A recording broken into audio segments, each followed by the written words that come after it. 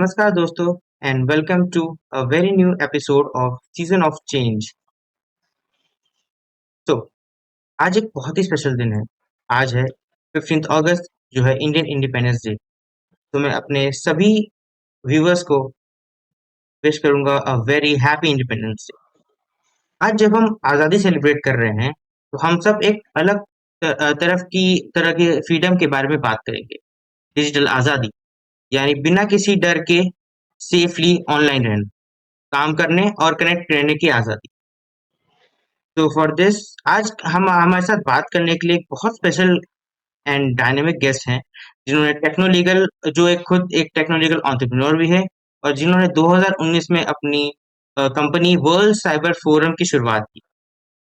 इन्होंने गार्टर और पीडब्ल्यूसी जैसी बड़ी कंपनियों के साथ भी काम किया है और अपने और साइबर लॉज में पोस्ट ग्रेजुएशन डिप्लोमा भी किया है। I would like to welcome a very special guest, Miss Paki Garg, on our show. Welcome, ma'am, and happy Independence Day. Thank you very much, Anshuman, and happy Independence Day to all the viewers and to all the people around the corner. It's the 79th year that we have gotten independence, and it's a very auspicious occasion from the Indian perspective. Plus, today, in some areas of India, we are also celebrating Janmashtami. So, wishing you all a very happy Janmashtami too. Okay, happy Janmashtami to you, ma'am, also. So, ma'am आपका career बहुत ही fascinating है और इसमें हम cyber law और hi tech technology का बहुत एक अच्छा मिक्सचर है। तो लाइक मैम आपने शुरुआत कहाँ से की और एक साइबर लॉ बनने के लिए लोग जो इस पर्टिकुलर टॉपिक के अंदर कैसे अपनी शुरुआत कर सकते हैं और लाइक लॉ डिग्री के साथ साइबर लॉ में पीजी डिप्लोमा एंड इन सब की जो जर्नी है वो एक बार हम आपके आपसे सुनना चाहेंगे मैम। So, firstly, जब आप कोई चीज शुरू कर रहे हैं, whenever you are starting any important aspect, first and the most important thing that you need to understand is the clarity of thoughts. When you have the clarity of thoughts about your career, about your domain, then you can definitely ace anything in the life. Second point, specifically, अगर आप देखें cyber security, privacy and cyber law. These are connected, interconnected, we can say, but these are different three tribes, even from a career point of view. Talking about the cyber law specifically, it is ideal for the legal professionals. It is ideal for all those who wish to do a litigation part of a thing. It is even ideal for corporate people to go into. Talking about the data privacy, in the data privacy majorly you will see all the things which are pertaining to the protecting the individual's rights, individual's data. So that is how that is the difference between two. And cybersecurity is basically it is protecting both of them. How technical measures are implemented, what kind of a technical measures needs to be integrated into somebody's system to in order to ensure the safety. So all these three areas are interconnected. Knowledge of all three areas is must. You cannot ignore one and say that no, I only want to learn data privacy or I only want to learn cyber security. I don't need other two things. It's not like that. Legal and technical goes hand in hand. They are very important. So majorly these three fields has two crucial elements, which I just disclosed you about, legal and technical elements. Both needs to be understand. And once you decide that you have picked up this domain, once you have decided that you have picked up this field, you need to work on your legal and technical skills and measures. Now, talking in terms of the legal, I'll give you that background. There are courses, there are PG diplomas of 1 year. There are many good online courses which you can do at your own ease. They are self-paced. Sometimes they are even live. Even at World Cybersecurity Forum, we provide those extensive trainings. Now, the purpose is not just to learn the theory. Every field comes with a practical knowledge also, which is irreplaceable. Because at the end of the day, the purpose is to getting the job, right? Getting the relevant internships. So when you want to have the job roles, the correct internship over a good platform, then of course those practical needs to be skills needs to be developed. Otherwise, you will also be like the other thousand CVs which are lying around the corner. So that is pretty much important. Now talking about the legal part, understanding the cyber laws, which is the IT Act, the DPDP Act, the GDPR, and any other important principle pertaining to that, they are very much important. It is important because you should have a very basic awareness about what constitutes a cyber crime, what constitutes a cyber contravention, which has already been described in the IT Act. You should understand the role of the Computer Emergency Response Team of India, under what laws it was made, right? Plus, talking about the data privacy, now you had to understand the thing from a privacy point of view. For example, what are some of the data privacy principles for processing? How you can take a valid consent? What is the concept of a consent? How do you need to provide a notice to your users and need to inform that how their data is being collected, their data is being stored? Now, talking about the cyber security part. So, you need to have a very clear fundamental understanding about the network, computer networks. There are various kind of protocols that are involved behind that OSI model. Then you should have a very thorough understanding about the CIA triad. What are some of the password policies that you can bring on the table?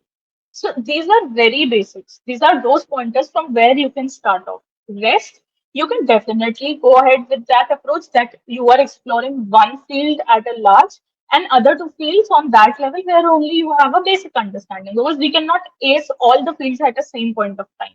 That can be done once you have a job and once allegation of all three is there. But till the time, at least take one as your key strength and other two as the supporting actors. And when you take the supporting actors, do not ignore their importance in your entire play.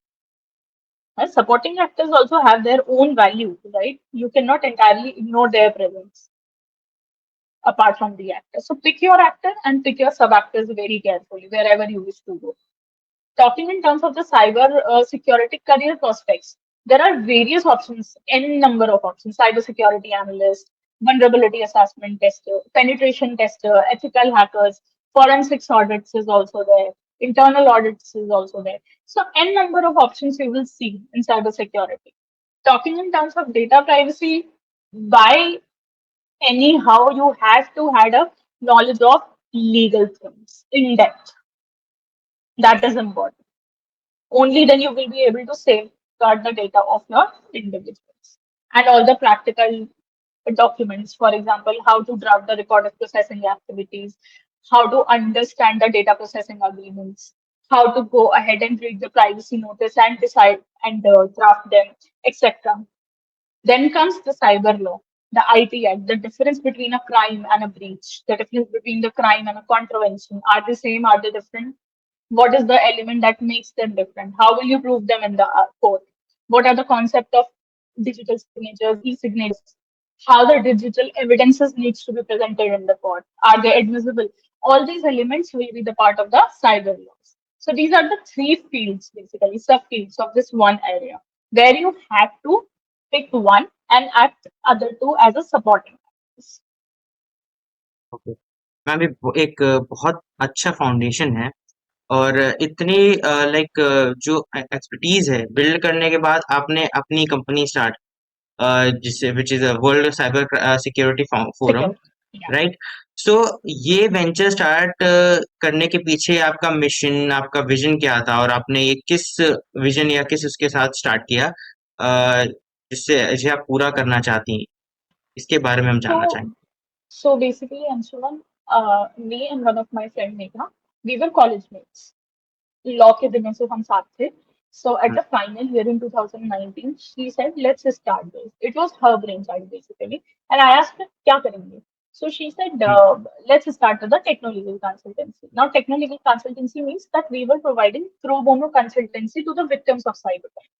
हमने ये चीज बहुत common देखी थी since then कि बहुत सारे तरह के साइबर क्राइम्स हो रहे हैं, there is no awareness, there is nobody to help them, क्योंकि उनको पता नहीं है। 1930 was not that active at that point of time. Cybercrime.gov was not that much into the limelight the way it is today.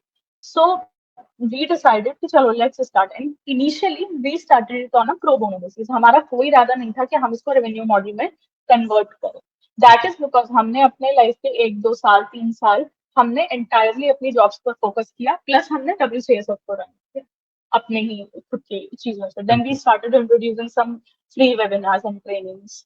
Then हमने धीरे धीरे trainings को revenue model में कन्वर्ट करना शुरू किया, because it were taking a lot of our time and efforts.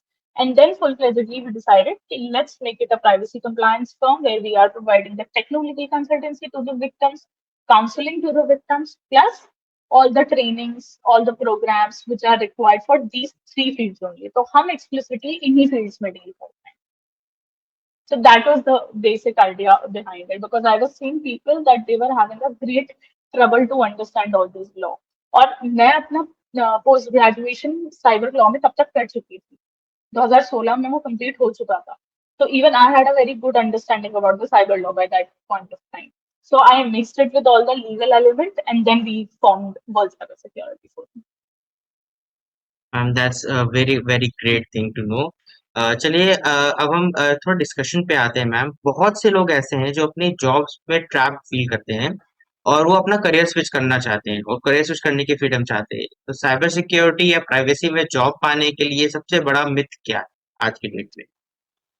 Certifications. I believe certifications is the biggest myth these days. क्यों? Everybody is selling off the certifications, including me. Simple. But I never claim, but no claim can be found on my website or on my platform that we will provide you a job or we will give you a job once you do this certification, because that's a myth. कोई भी certification, कोई भी course करने के बाद, even कोई भी degree करने के बाद, आप के लिए 100% श्योरिटी कोई नहीं दे सकता कि आपका प्लेसमेंट भी हम करवा देंगे या ये सर्टिफिकेशन की बदौलत आपका प्लेसमेंट हो जाएगा किसी अच्छे फॉर्म में. वो बहुत सारे कॉजेस पर डिपेंड करता है. हम वो बात समझना नहीं चाहते, that is a different thing. हमें लगता है हमने 50,000 किसी सर्टिफिकेशन की कॉस्टिंग भरी, हमने एग्जाम दिया अगर उसमें है, और या हमने क्लासेस अटेंड करी और हो गया, बस खत्म. ऐसा नहीं होता. मार्केट में आप ये समझिए, वो सेम सर्टिफिकेशन लेने वाले आप ही की तरह के बहुत लोग हैं, राइट? सो करियर ट्रांजिशन में लोगों को ये समझना बहुत जरूरी है कि उनको स्टेप बाय स्टेप चलना है. वो हर चीज अपनी प्लेट पर रखकर एक बार में नहीं खाना खा सकते. उनको एक एक डिश अपनी प्लेट में रखनी है, and then they have to eat it. If they, क्योंकि अगर आप बहुत सारा खाना एक बार में खाओगे तो what will happen? Food poisoning, indigestion, यही होगा ना at the end of the day. You won't be able to get out of that. अगर आप थोड़ा थोड़ा खाना खाओगे एक बार में, you won't be feel any problem. फिर आप दिन में 4 बार खाओ, कुछ नहीं होगा. लेकिन एक ही बार में ज्यादा खाओगे तो तबियत खराब हो जाएगी. Same goes with the learning aspect. एक ही बार में सब कुछ भर लोगे प्लेट में कि साइबर सिक्योरिटी भी सीख लोगे, पाइथन भी सीख लोगे और हाई लेवल लैंग्वेजेस भी सीख लोगे और ML और AI भी सीख लोगे, तो nothing would work. So it's very important when your focus should be कि आपको प्राइवेसी या साइबर सिक्योरिटी में जाना है. मैं जब भी मेंटोरशिप कॉल्स लेती हूँ तो 90% ऑफ द टाइम मैं लोगों को प्लान बी के साथ देखती हूँ. I personally don't have a problem with the plan B, but मेरा मानना है till the time you are not trying for plan A and you're not giving 100% to actually accomplish your plan A, how can you think even about a plan? It's not a UPSC, right? UPSC वालों को तो सोचना भी पड़ेगा plan B का, but हम UPSC वाले zone में तो है ही नहीं. यूपीएससी हमसे बहुत डिफरेंट है, बहुत डिफिकल्ट है हमारी लेवल से. At least we are having a job right now, we are just looking for transition. So generally मेरा पहला उनसे यही गाइड होता है, पहला कि that they have to be sure about what they are doing. ये ना हो कि उनमें इतना, अब people lack patience actually this days. Student lack patience, उनको चाहिए क्विकली हाई पेइंग जॉब्स. ऐसा नहीं होता. Even when I started my journey, I was from a tier 1 college, ठीक है, and still I get 25,000 back in 2018, which was fine enough at that point of time, क्योंकि मेरे साथ वालों को तो और कम मिलते थे, 15,000 18,000 कोर्ट्स में जो जाते थे उस टाइम पे, which is fine. क्योंकि मुझे पता था eventually after some time it will definitely increase. ऐसा तो नहीं है ना कि मैं 25,000 की सैलरी पे अगले 10 साल तक काम करती रहूंगी. This was not being going to be the case. This needs to be understand. whatever you are starting off with, whatever you are doing with it, you have to ensure कि ये चीज तो होगी. ट्रांजिशन में एक चीज और हो सकती है, हो सकता है क्योंकि वो एक ट्रांजिशन आपका प्रूव कर रहे हैं, तो प्रॉब्लली या तो वो आपको डेजिग्नेशन कम दे या तो थोड़ी सैलरी आपको कम दे. वो अब आपको देखना है कि आप उसके लिए रेडी हैं या नहीं. सिंपल लॉजिक है इस बात का. क्योंकि अगर तो आप दोनों में से किसी चीज पर एडजस्ट करने के लिए तैयार नहीं है, तो सॉरी टू से फिर ट्रांजिशन का मत सोचिए आप, क्योंकि एक एंटायर फील्ड से निकल के आप प्राइवेसी की फील्ड में आ रहे हैं। आपको सब पता होगा आपकी फील्ड का, मैं तो बोल रही हूँ बहुत अच्छी बात है कि आपको 5 साल का 6 साल का एक्सपीरियंस है या 2 साल का एक्सपीरियंस है, whatever, but you are making a transition, so you also need to understand the industry, वो आपको क्यों चूज करें, how can they trust you with the transition process. You have to showcase that you possess those skills and you are better than other persons who are applying without even knowing their profile. So that's a dicey game. कि हो गया तो हो गया, but पहले आपको अपने दिमाग में फोकस रखना पड़ेगा, उस चीज का कॉन्सेंट्रेशन लाना पड़ेगा, क्लैरिटी लानी पड़ेगी that you need to do all these things, right? So that is pretty much important to go ahead with. Plus अगर आप इससे ज्यादा रोड मैप की बात करते हैं क्लैरिटी और फोकस के बाद, अनदर इम्पोर्टेंट एलिमेंट आता है, अब आपको नोट डाउन करना है कि आपको क्या क्या सीखने की जरूरत है, कौन से प्लस पॉइंट्स हैं, कौन से नेगेटिव्स हैं। नेगेटिव्स इन द सेंस कि आपको क्या नहीं पता, ऐसा हो ही नहीं सकता कि आपको सब कुछ पता हो, right? You need to track that down, you need to look up to the job description. For example जो एक कंपनी पकड़ लीजिए, लेट्स अज्यूम माइक्रोसॉफ्ट, आपका गोल है आपको माइक्रोसॉफ्ट में जाना है इस पर्टिकुलर डेजिग्नेशन पर, start referring to the various job descriptions.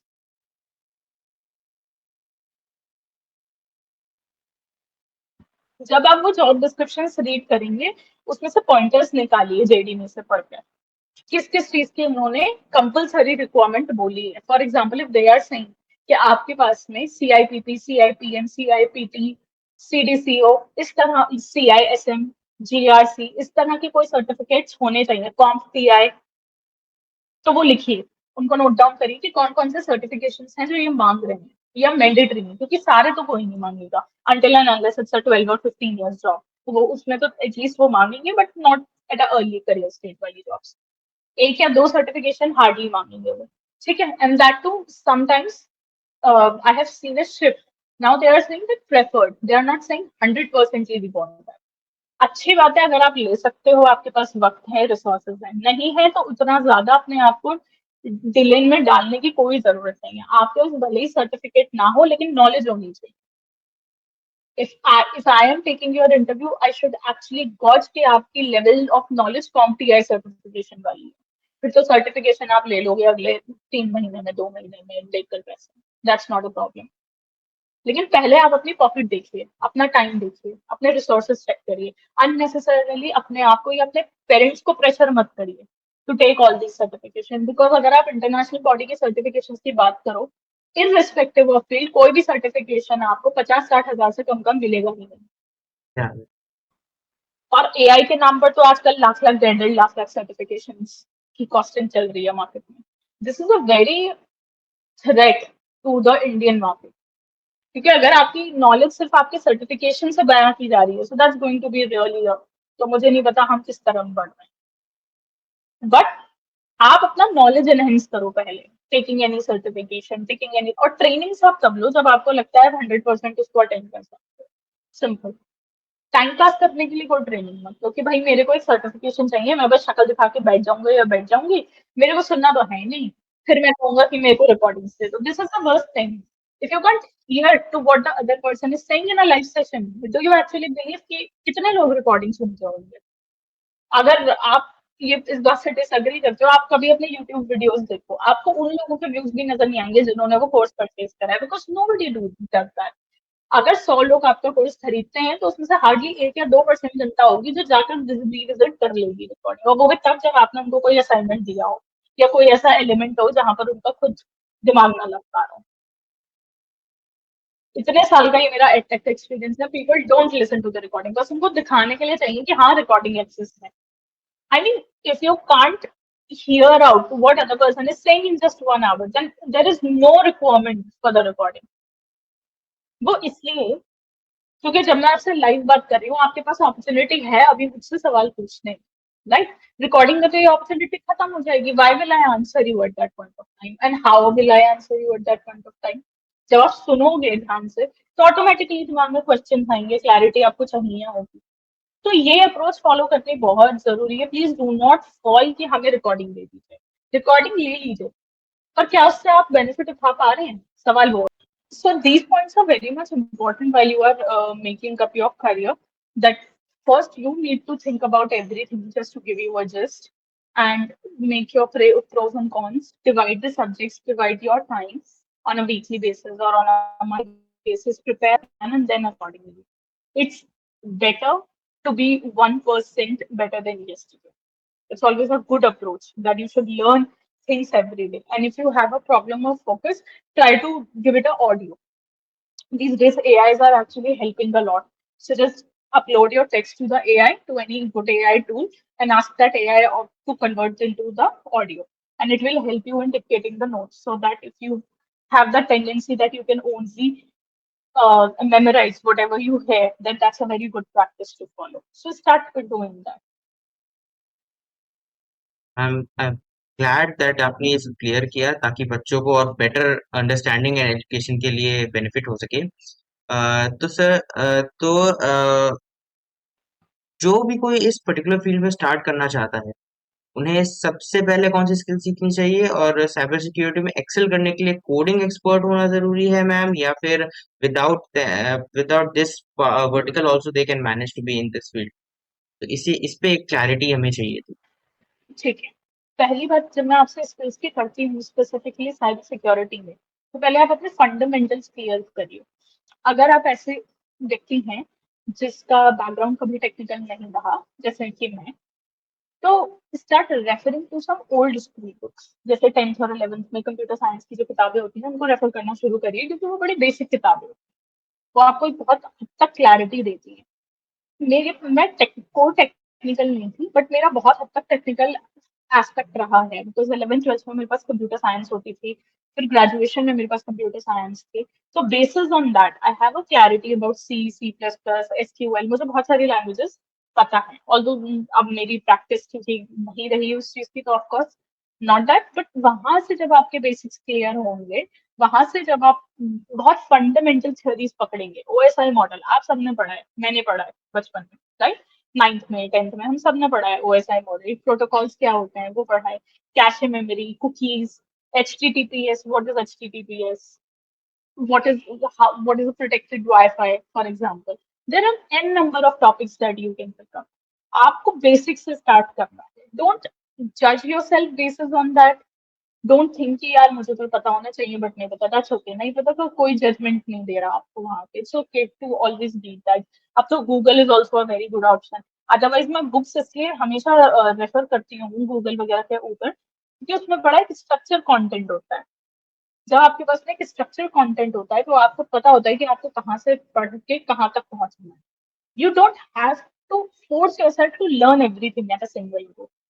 आप C++, पाइथन ये सब एकदम से मत सीखिए, जावा स्क्रिप्टिंग एकदम से मत सीखिए, AIML एकदम से मत सीखिए। आप पहले बेसिक से स्ट्रॉन्ग करिए अपने। तो ये स्किल्स बहुत इंपॉर्टेंट है। Now coming to the next part, coding necessary essential बहुत हद तक नहीं है, अब तक हम मानते हैं कि थी, लेकिन हाँ पाइथन को मैं मानती हूँ कि अगर वो आपको आती है, so that's a cherry on the cake. Python जो है वो बहुत ईज़ी कर देगी आपके लिए आपके रेगुलर के टास्क को ऑटोमेटेड करके। बिकॉज़ अगर आप देखो तो बहुत सारी ऐप्स और बहुत सारे सॉफ्टवेयर में पाइथन का इस्तेमाल होता है आज, राइट? AIML में भी कई बार हम देखते हैं कि एक एनालिगेशन मिलती है हमें Python. Same goes with AIML। AI agents का आजकल बहुत प्रचलन बढ़ गया है कि AI एजेंट्स। अब हम उस लेवल पर आ रहे हैं जहाँ पर हमें इतनी टेक्निकल कोडिंग की कोई ज़रूरत नहीं है। अगर आपको HTML की बेसिक कोडिंग आती है, अगर आपको जावा की बेसिक कोडिंग आती है, बेसिक कोडिंग आप समझते हो, तो ठीक है, उसको आप एस कर सकते हो, which is always a better option. लेकिन पुरानी टेक्नोलॉजी पे फोकस करने के साथ साथ, पाइथन पे फोकस करने के साथ साथ, मैं कहूंगी AIML का भी, क्योंकि ट्रेंड बढ़ रहा है, तो उस पर भी अपना ध्यान लगाओ। AI एजेंट्स कैसे बनाए जाते हैं विद नो कोडिंग सॉफ्टवेयर, वो देखो। बहुत टूल्स मिलेंगे आपको जो नो कोडिंग सॉफ्टवेयर पे अवेलेबल है, जैसे परप्लेक्सिटी प्रो में या जेमिनाई में 2.5 वर्जन में, या फिर चैट जीपीटी 5 में, इन सब में आपके पास टूल्स बनाने के ऑप्शंस नहीं है। ऑफ कोर्स वो ओपन सोर्स टूल्स होते हैं, आप उन्हें नहीं इंटीग्रेट कर सकते कहीं पर, but just for your own learning purpose आप उनके कोड भी रिव्यू कर सकते हो। जेमिनाई में भी आपके पास कोड रिव्यू करने का ऑप्शन होता है कि जो टूल उसने बनाया है आप उसकी कोडिंग चेक कर सको। आप वो कोडिंग कॉपी करो, उसको समझो, बाइफिकेट करो और समझो कि वो कैसे बनी है। लेकिन ये एक्सरसाइज तब जब आपको बेसिक नॉलेज हो कोडिंग की, जब नहीं है तो वो उतना भी समझ में नहीं आएगा। तो उस तरह के कोर्सेज लेना स्टार्ट करो आप। स्पेशली मैं पाइथन जरूर रेकमेंड करूंगी हर शख्स को जो कोडिंग सीखना चाहते हैं। आपके लिए पाइथन बहुत बहुत इंपॉर्टेंट है। पाइथन को समझो। पाइथन एक बार करेक्टली समझ में आ गया, आपके दिन भर के आधे इश्यूज रिजॉल्व हो जाएंगे। और उसका इस बात से कोई लेना देना नहीं है कि आपका टेक्निकल बैकग्राउंड है या नहीं। जब आप सीखने बैठोगे तो अपना दिमाग खोल के सीखो, तो आपको वो समझ में आना शुरू हो जाएगा। एक बार नहीं आएगा, दूसरी बार नहीं आएगा, तीसरी बार, चौथी बार, 10 बार में तो हम 100% श्योर समझ में आ जाएगा। तो invest your time into AI agents, invest your time into Python, invest your time into no coding और लो कोडिंग। बेसिकली धीरे धीरे वो क्लैरिटी जब सीख होगी तो ऑटोमेटिकली सब आ जाएगा। सो आई बिलीव कि आपके दोनों क्वेश्चंस मैंने इसमें कवर कर दिए हैं। Sure ma'am. मैम एक मेरा अपना क्वेश्चन अभी जस्ट अराइज होता है जी इसमें जी। कि मैम जो एआई का बढ़ता स्कोप है हमारे करंट सिनेरियोज में, इन्हें क्या ये साइबर सिक्योरिटी या आगे और भी जो फ्यूचर जॉब्स हैं इन्हें इफेक्ट करेगा, या फिर इसको मतलब किस तरीके से बच्चों को लेना चाहिए कि किस तरह की टेक्नोलॉजीज में वो एक्सेल करे जिनसे इन एआई के बढ़ते प्रभाव का असर उन पे या उनके जॉब सेक्टर्स में ना पड़े, या क्या ऐसे स्किल सेट पे काम करना चाहिए? देखिए, firstly we need to understand that AI is not replacing human work. It is transforming it, right? So instead of outrightly saying that it's a replacement, it is more like a powerful tool. Okay. Now the job of this powerful tool is actually to automate the repetitive tasks that we do on a regular basis, right? Analyze by vast sets, data sets, and take the right automated decision, and even take assist you in taking various kind of a decisions. Now, basis this, it's all a kind of a freeing up the human to focus on high level or creative and strategic work. I have read a quote once by one of the very famous generalists, I think, from US. She wrote, I want the AI to do my dishes so that I can set my table and do my creativity and draw a painting. But I don't want myself to actually do the dishes, and AI shall be the one who's creating the paintings. So that one quotation actually hit my mind. She tries to say development of AI is an enhancement to the right away to a human life. It should not replace to what I love the most. मेरे behalf पे AI किताब क्यों पढ़ेगा? वो तो मेरा काम है, मुझे पसंद है किताबें पढ़ना। मेरे behalf पे अगर मैं AI को बोलूँ कि रिजन आर्ट बनाओ, नो, क्यों? सिर्फ इसलिए क्योंकि मुझे अपने घर पर खाना बनाना है। वो तो AI कर सकता है। AI डेवलप हमने अपनी ईज के लिए किया था। हमने इसलिए AI को लेकर आए हैं हम कि भाई हमारा वक्त बच जाए रोज के वही काम करने से, राइट? कॉम्प्लेक्स प्रॉब्लम्स को सॉल्व करे वो। तो अब ये जो अप्रोच है ये बड़ी कोलैबोरेटिव अप्रोच है ह्यूमंस और एआई के बीच में। और कहीं से कहीं तक I don't agree to this aspect कि ह्यूमंस को रिप्लेस कर देगा AI. They are not robots, come on, they are artificial intelligence जिसको हमने क्रिएट करा है। And when we create something, it is pretty much important to understand कि ऐसा कुछ नहीं होने वाला, just for a simple reason। AI को आपने डेवलप करा, पहली चीज बहुत अच्छी बात है। एआई को जो ट्रेनिंग आप दे रहे हो वो तो आप दे रहे हो ना। आपने आपने सिस्टम डेवलप करना है। अगर आप सिस्टम डेवलप नहीं करोगे या आप सिस्टम डेवलप नहीं करते तो from where the artificial intelligence comes into the picture, right? So ये मत सोचिए कि एआई विल रिप्लेस। हाँ, कुछ जॉब्स पे मैं मान सकती हूँ कि उसका इम्पैक्ट ज्यादा पड़ेगा, लेकिन हर चीज पर पड़ेगा ये सही नहीं है, क्योंकि उसको ऑपरेट करने वाले भी तो ह्यूमंस है ना। AI can not operate AI itself, AI can not operate us, we had to operate the AI. We are the master, AI is a slave. That is a difference that we need to understand. Great answer ma'am. I hope हमारी audience जो job seeking and career switching वाले path पे होंगे उन्हें उनका answer मिल गया होगा। Secondly ma'am, अब बिजनेसेस की तरफ बढ़ते हैं। तो बिजनेसेस के बारे में बात करते हुए मैं जानना चाहूंगा कि जो स्मॉल बिजनेस हैं और वो ट्रूली इंडिपेंडेंट होने के लिए उनका सिक्योर होना जरूरी है। तो उन्हें ऑनलाइन सेफ्टी से जुड़ी क्या आप मिस्टेक्स करते हुए देखती हैं और उन्हें क्या टिप्स देना चाहेंगी? सो पहली मिस्टेक जो Anshuman generally small businesses, for example अगर आपकी कोई साइट है xyz.com, पहली चीज absence of privacy notice on the website for users. If I am visiting your website xyz.com, the first thing and the foremost thing I should be aware about your privacy ID. Especially in the case when you have that pop-up. आपने देखा होगा pop-up का बड़ा हम्म, common feature है. हमें data collect करने का बहुत शौक है as a business, right? Hmm, xyz.com मान लीजिए बहुत डेटा कलेक्ट कर रही है, my name, my email address. Now if it does that, it's actually going to create a problem in absence of a privacy. सो ये प्राइवेसी नोटिस की placement ना होना, ये मेरे लिए as a privacy consultant, as a data privacy person, मेरे लिए बहुत बड़ा टर्न ऑफ है. I don't go to those websites. मैं उन वेबसाइट्स को इंटायरली डिस्कार्ड कर देती हूँ, भले ही मुझे उनको कुछ परचेज करना हो. I drop the idea because they are not winning up my trust at that point. But ये माइंडसेट लोगों का नहीं होता. People generally have a tendency to give their everything to these business. Businesses को ये समझने की जरूरत है, एज सुन एज आप इंटरनेट पर आ गए, एज सुन एज आप डेटा कलेक्ट कर रहे हैं लोगों का, चाहे आप वेबसाइट के थ्रू कर रहे हो, चाहे गूगल फॉर्म्स के थ्रू कर रहे हो, आपको प्राइवेसी नोटिस देना है. प्राइवेसी नोटिस बताएगा कि डेटा किस तरह से कलेक्ट किया गया है, क्या पर्पज है, क्यों दिया गया है, कब तक वो डेटा उनके पास रखा जाएगा, उसका स्टोरेज प्रोसेस क्या है, उस पर सिक्योरिटी मेजर्स क्या लगाए गए, वो सारी जानकारी आपको प्राइवेसी नोटिस एक आमतौर पर दी जाती है. सो ये बहुत इंपॉर्टेंट है, और ये सिर्फ एक टेक्निकल और ऑर्गेनाइजेशनल मेजर नहीं है, ये लीगल कंप्लायंस है अपने आप. फिलहाल इंडिया में SPDI rule, sensitive personal information rules जो हैं, जो आईटी एक्ट के अंडर आते हैं with the virtue of section 43A, वहां पर ये बहुत क्लियरली मेंशन है that placement of privacy policy is must.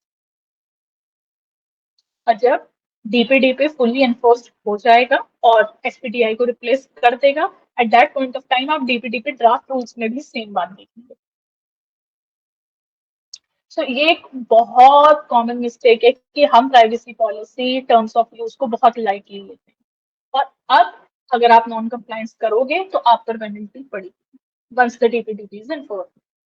ये बड़ा एक बेसिक स्टेप है जो सारी ऑर्गेनाइजेशन इररिस्पेक्टिव कि आप कहाँ पे क्या डेटा ले रहे हैं. अब बहुत सारे बिजनेसेस का ये होता है जी हम वेबसाइट से डेटा नहीं ले रहे. कोई फर्क नहीं पड़ता, आप गूगल फॉर्म यूज कर रहे हो ना, आप जोहो फॉर्म से ले रहे हो, आप माइक्रोसॉफ्ट फॉर्म से ले रहे हो, या कोई भी अपनी इंटरनल थर्ड पार्टी ऐप से ले रहे हो, कोई फर्क नहीं पड़ता. एज सोन एज आप डेटा ले रहे हो और वो बैकएंड पे आपके सिस्टम में, आपके ड्राइव में, आपके क्लाउड में स्टोर हो रहा है, आप पर सेम चीज अप्लाई होगी. तो now you have to comply with all the important elements. उसके बाद आपको सिक्योरिटी भी इम्प्लीमेंट करनी पड़ेगी, encryption for example, role based access could be an example, pseudonymization, anonymization, these could be an example. तो बहुत सारे टेक्निकल मेजर्स है, वो एंटायरली डिपेंड करता है कि आपका डेटा किस कैटेगरी में आता है, पर्सनल कैटेगरी में आता है कि सेंसिटिव पर्सनल कैटेगरी में आता है, राइट? उसके अकॉर्डिंग आपको इम्प्लीमेंट करनी पड़ेंगी ये मेजर्स अपने. सो ये मिस्टेक्स ऑर्गेनाइजेशन बहुत ज्यादा करते हैं, और फिर जब उनको समझाया जाता है कि आप ऐसा ना करें, तो कुछ लोग तो समझते ही नहीं है, और जो समझ जाते हैं वो क्या करते हैं, वो दूसरी वेबसाइट की कॉपी करके उठा के प्राइवेसी नोटिस अपने पर डाल लेते हैं, which is bad. That should not be done. क्या आपका बिजनेस दूसरे के बिजनेस के जैसा है? क्या आप सेम चीज कर रहे हो जो दूसरा कर रहा है, एग्जैक्ट सेम चीज? नहीं. बी इट आप अगर एडटेक प्लेटफॉर्म भी हो, तो can I compare you with physics वाला? No. Can I compare myself with physics वाला? नो. वाई? उनका इंटायरली सेगमेंट भी डिफरेंट है, वो जो इंफॉर्मेशन ले रहे हैं वो भी डिफरेंट है, प्राइवेसी पॉलिसीज का प्लेसमेंट भी डिफरेंट आएगा बिल्कुल. क्या आप वो सिक्योरिटी मेजर्स इंप्लीमेंट कर रहे हो जो वो लोग कर रहे होंगे? नहीं. तो जब one privacy notice can not be a fit for all. जब मार्केट में ड्रेस लेने जाते हैं, कुछ खरीदते हैं, तो अपना साइज चेक करते हैं ना. ऐसा थोड़ी ना है कि अगर बाकी के सब लोग स्मॉल साइज ले रहे हैं तो हम भी स्मॉल साइज ले लें, भले ही वो हमें फिट ना आए. We check them out on ourselves. We see ourselves in the mirror, and then if we believe कि हाँ this is suiting us, तब हम उसे लेते हैं. ना हम बहुत ज्यादा टाइट कुछ लेते हैं, ना हम बहुत ज्यादा लूज कुछ लेते हैं. तो this similar thing applies to the privacy notice. आपके बिजनेस के अकॉर्डिंग आपको उसमें चेंजेस करने पड़ेंगे, and at that point of time आपको हेल्प लेनी पड़ेगी. आप, you are not a master of all jack, you are not a jack of all trades. आप परफेक्ट नहीं हो, हर बिजनेस में अपनी अपनी सबकी एक्सपर्टीज होती है। अब आप सोचो, if I started doing the SEO by myself, does that sound any relevance? No, I am not SEO expert, how will I do that? If I do Google marketing by myself, no, that should not be the case. मैं marketing expert नहीं हूँ, मेरी expertise नहीं है marketing, तो मैं ऐसे person को हायर करूंगी ना, इवन एज अ फ्रीलांसर जिसकी एक्सपर्टीज वो होगी। तो इसी वजह से जब भी आप प्राइवेसी नोटिस बना रहे हैं, वेबसाइट्स के लिए टर्म्स ऑफ यूज बना रहे हैं, कुकी पॉलिसीज बना रहे हैं, ये बहुत इंपॉर्टेंट है कि आप बाहर से करें। क्योंकि अगर आप ये सोचें, अगर आप पर पेनल्टी पड़ी, तो जितना वो पर्सन चार्ज कर रहा होगा उससे ज्यादा की ही पड़ेगी फॉर श्योर। लेकिन अगर आप उस पर्सन से कंसल्ट करेंगे तो इतना प्रॉब्लम नहीं आएगा। दैट्स वाई हमारा एक सेगमेंट है वर्ल्ड साइबर सिक्योरिटी फोरम में, प्राइवेसी कंप्लायंस, जहाँ पे हम यही सारी चीजें करते हैं स्टार्टअप्स, एमएसएमईज, बिजनेसेस के लिए, जहाँ पे हम उनका पूरा प्रोसेस सेट करते हैं। इट एंटायरली डिपेंड्स कि वो क्या ऑप्ट करना चाहते हैं। Sometimes they only take consultancy, sometimes they only take advisory, sometimes they want everything to be implemented in a practical motion. So it entirely depends. और आपको अपने एम्प्लॉयज को भी ये बात इक्वली समझानी पड़ेगी, क्योंकि अगर कोई डेटा ब्रीच हुआ तो आपके एम्प्लॉयज भी सकते में आएंगे, प्लस आपकी ऑडियंस आप पर ट्रस्ट नहीं करेगी। और अगर आप फॉरेन इन्वेस्टमेंट ढूंढ रहे हो या सीड फंडिंग देखना चाह रहे हो या किसी भी तरह के लिए अपने स्टार्टअप के लिए फंडिंग देखना चाह रहे हो, और अगर आप डेटा ब्रीच का शिकार हुए हो, तो आप लिखवा लो मुझसे, nobody wants to invest in your organisation, nobody will do that, क्योंकि उनको इस बात का यकीन आ जाएगा that you are not capable enough to actually take care of your own organisation by implementing the compliance on a regular basis. दूसरा element, लोगों को ऐसा लगता है बिजनेसेस में कि आज हमने कोई एक डॉक्यूमेंट बनवा लिया, साइन करवा लिया, दैट्स इट, अब हमें ना उसको अपडेट करने की जरूरत है ना उसको देखने की जरूरत है। ऐसा नहीं होता। Privacy policy, terms of use, cookie policy बड़े बेसिक डॉक्यूमेंट्स हैं और पीरियोडिकल अपडेट मांगते हैं। अब पीरियोडिकल अपडेट देखिए 6 महीने भी हो सकता है, 1 साल भी हो सकता है। अगर आपने बिजनेसेस में कोई चेंजेस नहीं किए हैं बहुत ज्यादा, तो आप उसे 1 साल में कर सकते हो चेंजेस।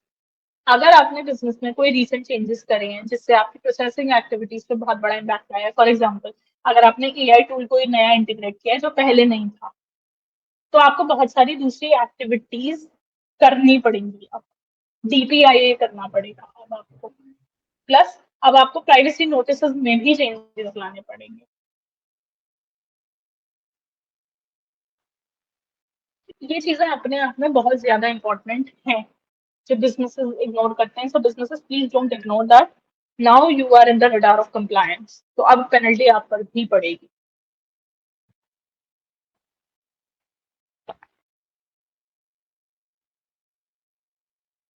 मैम, सो इस नोट पे अगला मेरा सवाल ये है कि जो स्मॉल बिजनेसेस हैं उनके लिए ऐसी क्या एडवाइस है जो full time cyber security team afford नहीं कर सकते, और फिर भी इन चीजों जैसे आपने कंप्लायंस के बारे में बताया, और कुछ साइबर टिप्स या सेफ्टी ऐसी जो एक पूरी टीम को ना अफोर्ड जो नहीं कर सकते, उनके लिए क्या ऐसी टिप्स होंगी? देखिए, आपको फ्रीलांसर्स ले लेने चाहिए जो पेड हम्म, अपॉर्चुनिटी पर काम करते हैं, प्रोजेक्ट बेसिस पर जो काम करते हैं। आप अपना प्रोजेक्ट उनसे डिस्कस करिए कि this is the hmm, personal data I am having, now what do you believe that what kind of integration can we do in order to ensure the safety of the data. वो अपना काम कर देंगे back end पर, and you pay them accordingly a very specific term, जितना भी है उनका पेमेंट टर्म्स, तो काम खत्म।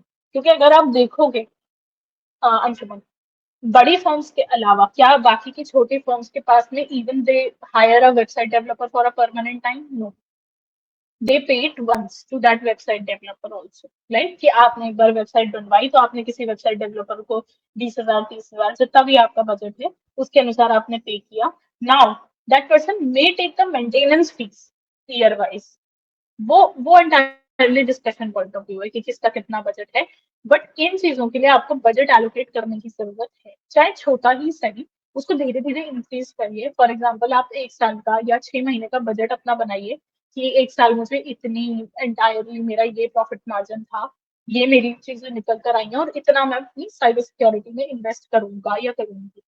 तब आप ये बहुत इजीली फिगर आउट कर पाओगे कि कितना स्पेसिफिक अमाउंट है और किस तरह के शख्स को आप अपनी टीम पे ला सकते हो। उसको परमानेंट ला सकते हो या फिर उसे एज अ कॉन्ट्रैक्चुअल रोल पे ला सकते हो कि आपका काम लेट्स अज्यूम 6 महीने का है और आपको लगता है 6 महीने में हो जाएगा, या 3 महीने का है, या बट इवन वन टाइम भी है, तो आप उसको वन टाइम ऑनबोर्ड करो, उसको उसका अमाउंट कीजिए, डिस्कशन कीजिए, और फिर उससे आप मेंटेनेंस भी डिस्कस कर लीजिए कि मुझे जब आपकी जरूरत होगी I can pay you eight that point of time, because this is not a full time job, this is a part time job.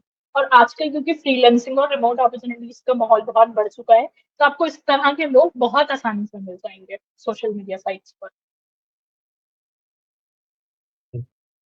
तो मैम जो भी आपने कंप्लायंस एंड इस तरह के स्मॉल बिजनेसेस के लिए जिन पॉइंट्स को आपने रेफर किया, मैम इसके रिलेटेड आपके पास कोई रियल स्टोरी है जो आप शेयर कर सकती हैं, जहाँ किसी क्लाइंट का कोई मेजर डेटा ब्रीच हुआ हो और आपने लीगल, टेक और पब्लिक इमेज इन सभी एस्पेक्ट के साथ उन्हें हैंडल किया हो?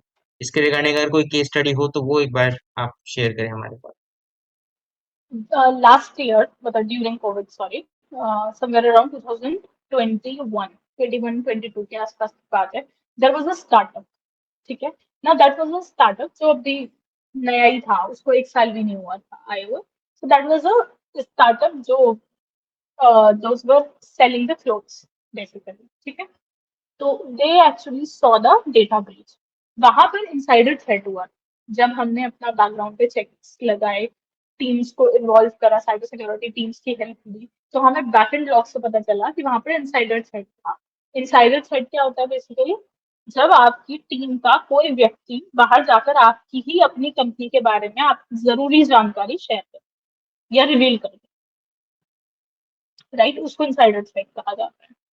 तो उन्हीं के अपने एक एक्स एम्प्लॉय ने ऐसा काम किया था कि बेसिकली एक अ, उसने बहुत सारा कॉन्फिडेंशियल डेटा उठा लिया था, लगभग 35,000 कस्टमर्स का डेटा था वो, काफी सालों का, क्योंकि उनका बिजनेस एकदम से ग्रो हुआ था, बट उससे prior to that they were having some retail shops, तो उसका डेटा काफी ज्यादा कोलेटेड था। वो अब उन्होंने सारा डेटा अपना एक्सेल में कर कर वेबसाइट पर डाल दिया था, सॉरी, एक्सेल शीट में कर कर क्लाउड पर डाल दिया था।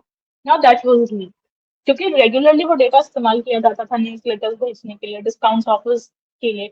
तो हमने जब बैकएंड से लॉग्स चेक करवाए तो हमें पता चला कि ये डेटा कौन से सिस्टम से लीक, कौन आईपी से लीक हुआ है। तो we were able to detect कि वो कौन पर्सन था, so we initiated the action against that person. वहां पर अब ऑफकोर्स हमको साइबर सिक्योरिटी वाले लोगों की मदद भी लगी, हमें लीगली भी देखना पड़ा कि क्या इशू था, और हमने सर्टन को भी देखा था eight that point of time, but certain ने भी हमारी मदद करी थी उस केस में। और they actually help us also in locating कि एग्जैक्टली इशू क्या हुआ था, and then they issue the advisory कि इस तरह से चीजें। तो basically that was a GH, क्योंकि उनका स्टार्टिंग का काम हम लोगों का किया हुआ नहीं था। They only came when they actually face this issue with us. बाकी एक कंपनी और है, that's a very famous brand, उनका केस अभी मार्च में ही आया था मेरे पास। So what had happened is that they are acting as a third party platform. तो उनकी साइट पर बहुत सारे लोग आते हैं और अपने प्रोडक्ट्स और अपने वेबिनार्स, अपने डिजिटल प्रोडक्ट्स, अपने one on one sessions sell करते हैं, and in lieu of that they charge a specific commission from them, for example 10%. 10% that is what they charge, and remaining 90% is something what they give it to the their own persons who have the IDs. उनके साथ में side fraud हुआ था। एक, somebody has actually taken all the money from different people in the name of a mentorship program, and now the person has vanished. So many people has actually lodged cyber crime complaint in different parts of the country against those service providers.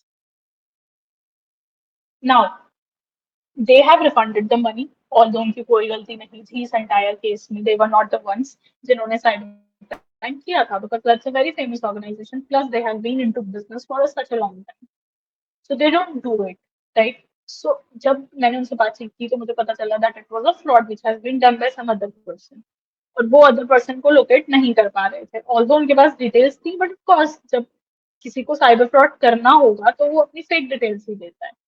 So what integrations we did at that point of time, हमने उनसे addresses मंगवाए। हमने उनसे कहा कि अब से आपके प्लेटफॉर्म को जो भी व्यक्ति इस्तेमाल करेगा वो अपना प्रॉपर एड्रेस देगा, प्रॉपर आधार कार्ड लगाएगा और आप उसे वेरीफाई करोगे. Till the time it's get verified, till the time you are 100% sure that is this person is generic, you are not going to approve. Because if you are going to approve, then again you have to pay the amount. तो तकरीबन उनको 10-11 लाख रुपए का नुकसान हुआ था इस case में. So we also filed an FIR against that person जिसने ये सारा क्राइम कमिट किया था. सो फिलहाल के लिए अपने ऊपर से साइबर क्राइम कंप्लेंट्स खत्म करने के लिए उनको कस्टमर को पे वापस करना पड़ा, otherwise it might have gone to the worst case.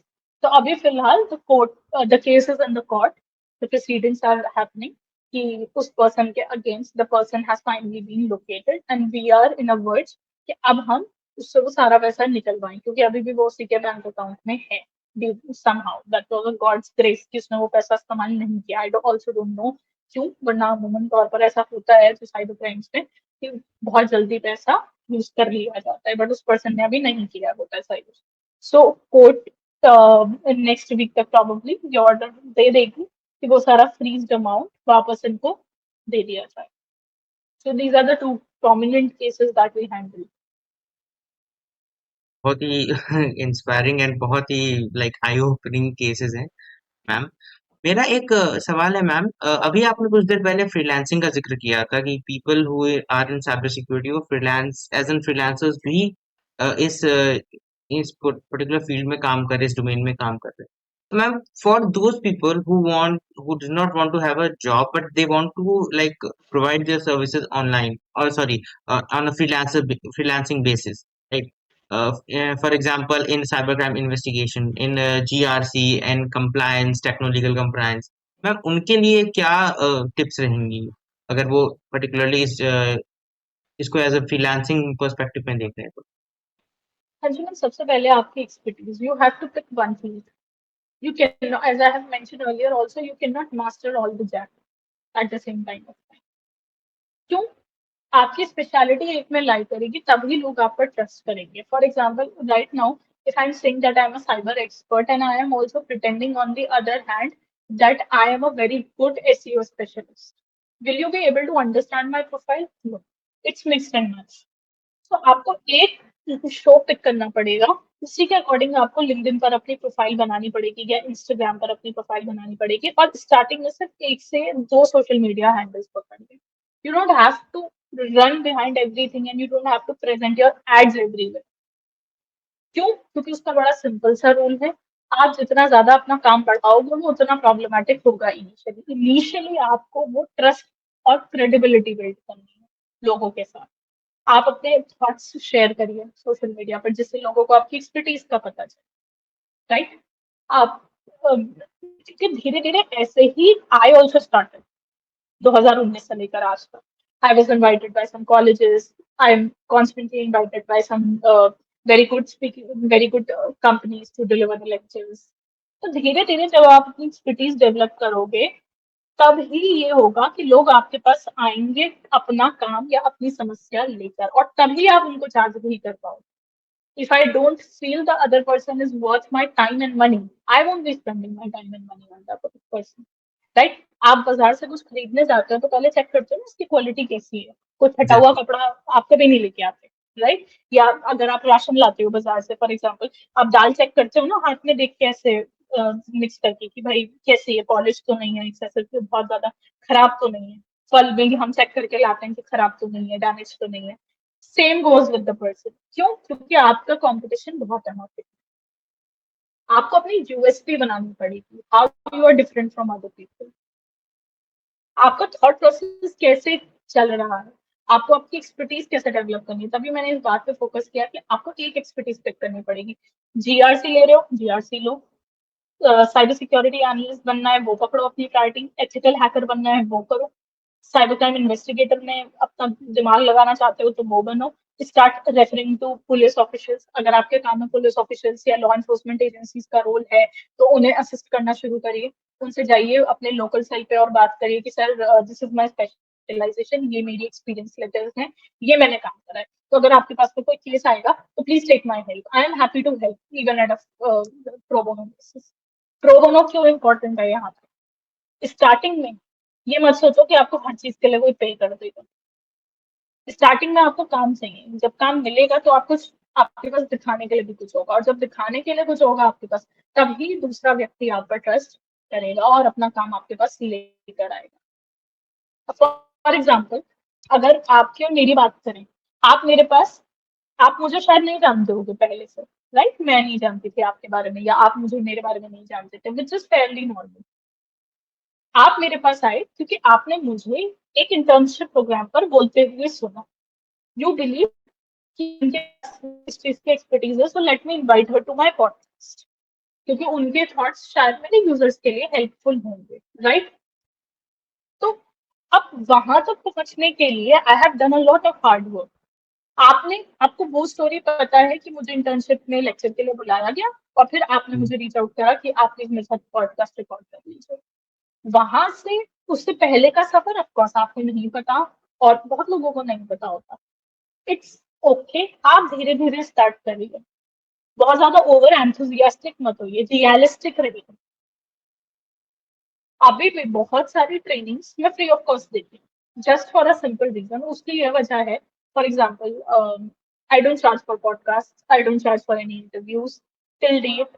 उसका बड़ा क्लियर है, if I am here just to have a conversation with other person, I don't believe कि मुझे उनसे चार्ज करना चाहिए। But if you are inviting me to deliver a lecture and you are charging somebody, then I will charge you, simply.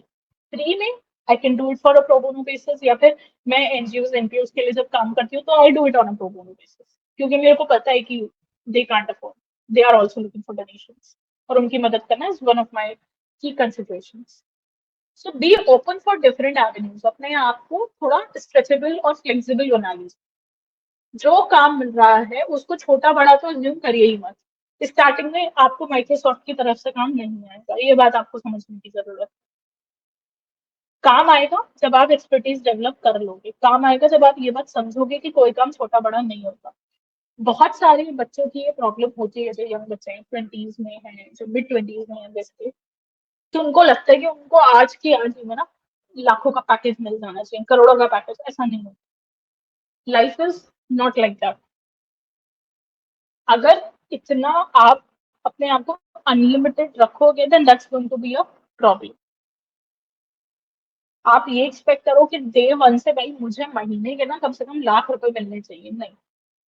आपको job में भी नहीं दे रहा है कोई लाख रुपए, स्टार्टिंग में कोई नहीं दे रहा।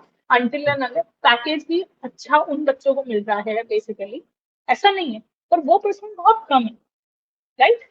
25 लाख से ऊपर वाली आप मुझे परसेंटेज बताओ कितनी होगी, मतलब जो अराउंड 22-23 साल के बच्चे होंगे, 22 से 26 के बीच में, बहुत कम परसेंट, 1% होंगे हार्डली वो लोग।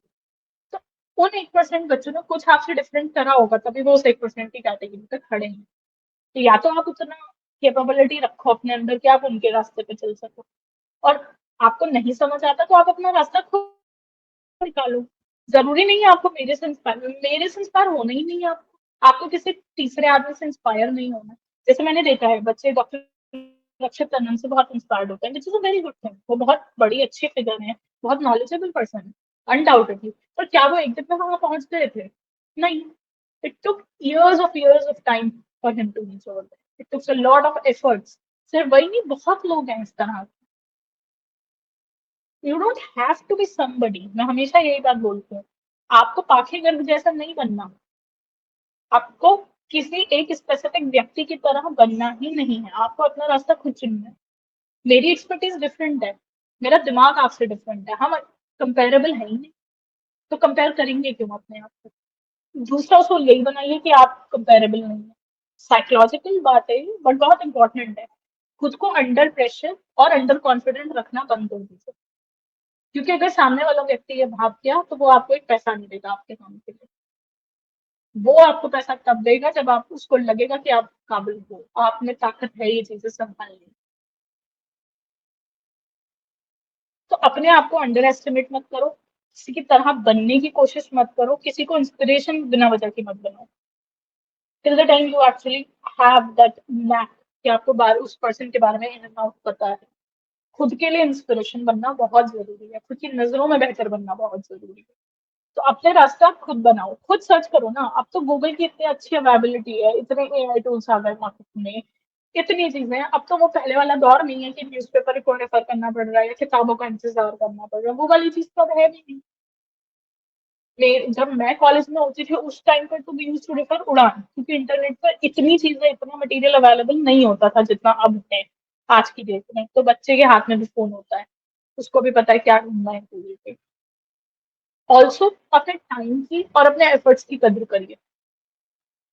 आप नहीं करेंगे तो कोई और भी नहीं करेगा। Don't waste your time unnecessarily. ये दोस्ती यार ये सब होती रहेगी लाइफ में। और सबसे ज्यादा बेवकूफी का concept, with all due respect, a work-life balance लगता है। What are you looking in your 20s? You are in your 20s and you're looking for a work-life balance. What is that? अगर अपने 20 साल की उम्र में ये वर्क लाइफ बैलेंस का कॉन्सेप्ट ढूंढ रहे हो ना, तो फिर मुझे नहीं पता आप अपने 40 होने में क्या करोगे। कौन सा वर्क लाइफ बैलेंस है? दिमाग को ठीक रखना है तो काम करना जरूरी है, वरना घर पे बैठे हुए क्या कर रहे हो सिवाय फोन देखने, सिवाय यूट्यूब करने, सिवाय इंस्टाग्राम पे रील्स चेक करने के। And you can't be an influencer, not everybody has that genre, not everybody. मैं इन्फ्लुएंसर नहीं बन सकती, मुझे अपना पता है। फॉर एग्जाम्पल मैं फोन पकड़ के सारा दिन ये नहीं दिखा सकती, hi friends what I ate today, hi friends I am going out today, hi friends I I bought Gucci today, sorry. तो वो आपको भी नहीं करना था, आपको इंस्पायर होना है ऐसे किसी शख्स से। They are getting paid, why? Because they have followers. You are not getting paid, you are हाँ, just wasting your time. Exactly. Very well said ma'am. And I think बहुत लोगों को ये हेल्प करेगा।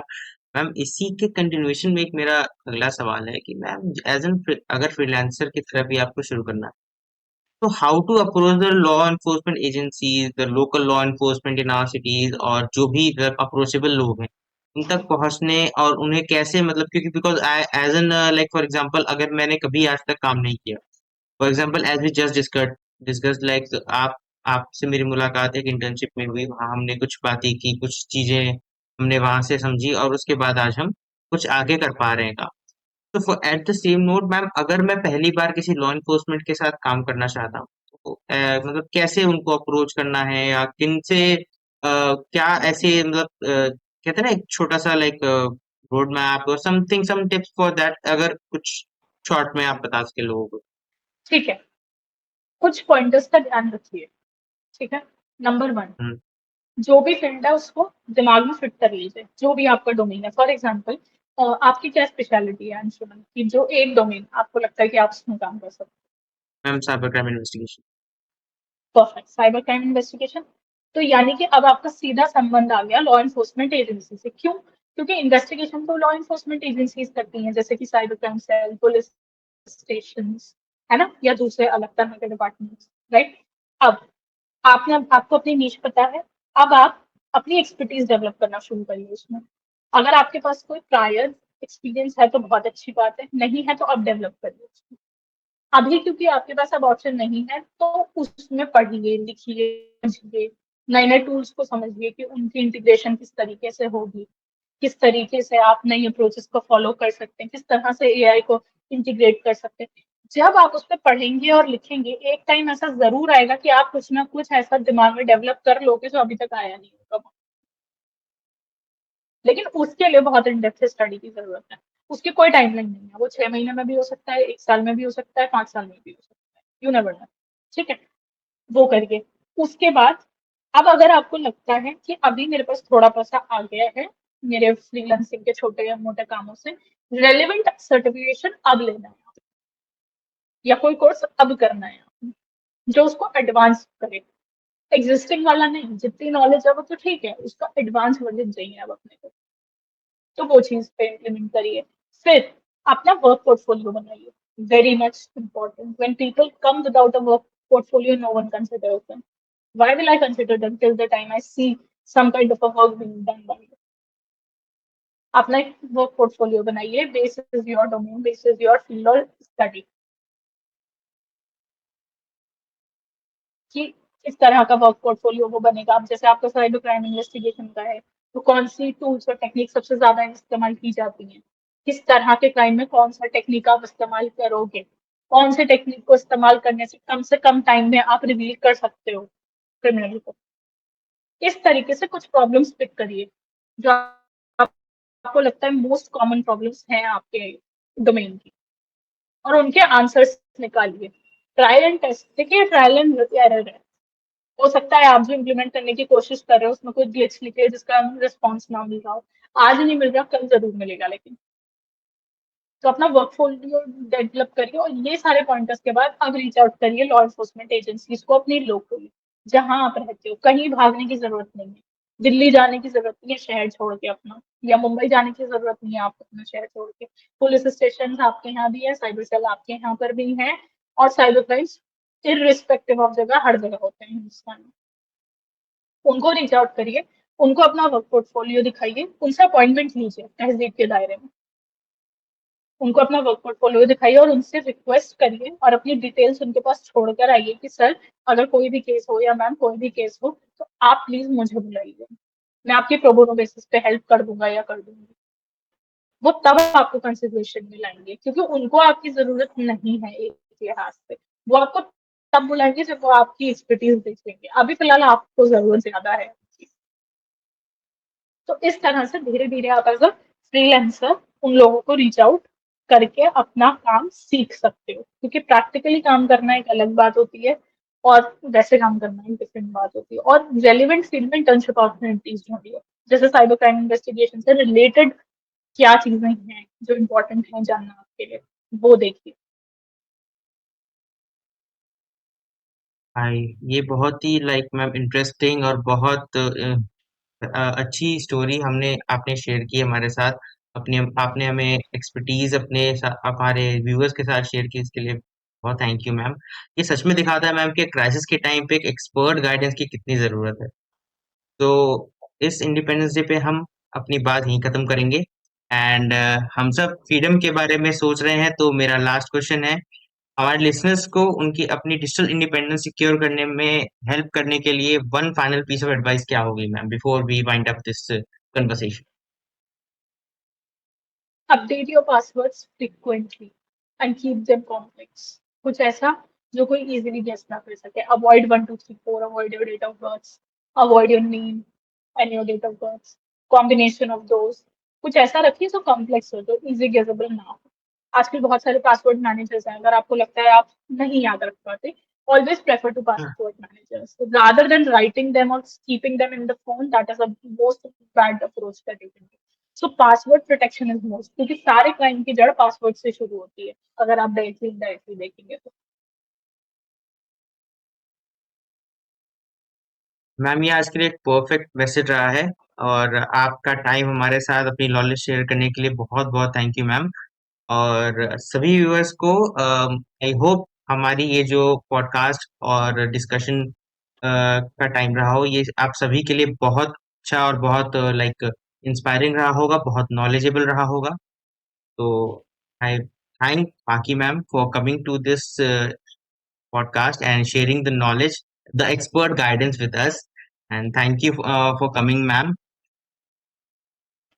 Thank you very much Anshuman for inviting, and once again आप सभी को स्वतंत्रता दिवस की हार्दिक शुभकामनाएं। आपको भी मैम। तो ऑन दिस नोट हम अपना episode of season of change यहीं पे वाइंड अप करेंगे। एंड आई होप हमारा जो ये डिस्कशन रहा होगा, ये आप सभी के लिए बहुत इंगेजिंग, बहुत नॉलेजेबल रहा होगा। In case you anything want to reach out to ma'am or something, you can connect to us on our YouTube page as well. Comment us and share with all the people whom you think this podcast can help. So thank you ma'am, thank you for joining, and thank you viewers for watching this thank you very podcast. Much. Have a great day. Jai Hind, and very happy Independence Day to all.